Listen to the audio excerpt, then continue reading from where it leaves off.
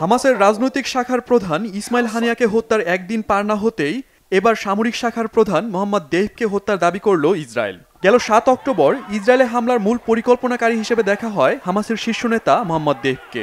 ইসরায়েলের দাবি, গেল ১৩ জুলাই গাজার খান ইউনিসে বিমান হামলায় দেইফকে হত্যা করা হয়।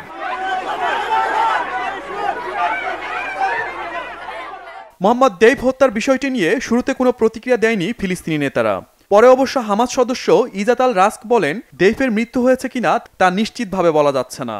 এছাড়া তিনি বলেন, সংগঠনটির কোনো নেতার মৃত্যুর তথ্য প্রকাশ্যে আনা মানে দলের নেতৃত্বে প্রভাব বিস্তার করা।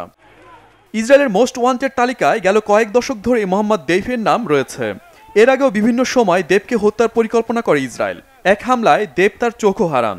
এমনকি ২০১৪ সালে ইসরায়েলের বিমান হামলায় দেফের স্ত্রী এবং ২ সন্তানের মৃত্যু হয়। ১৯৬৫ সালে জন্ম নেওয়া দেব গাজার বিভিন্ন সুড়ঙ্গের উন্নয়নে এবং বোমা বানানোর কাজ করতেন।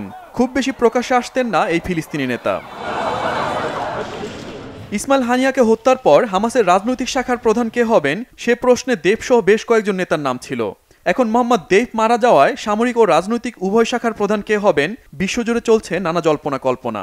জোর আলোচনা চলছে ফিলিস্তিনি গোষ্ঠীটির প্রধান হতে পারেন মারওয়ান ইসা, খালেদ মেশাল কিংবা ইয়াহিয়া সিনওয়ারের মধ্যে যে কেউ। এর মধ্যে এগিয়ে আছেন Khaled Mashal. Shahid Arafat, Bangla vision, news desk.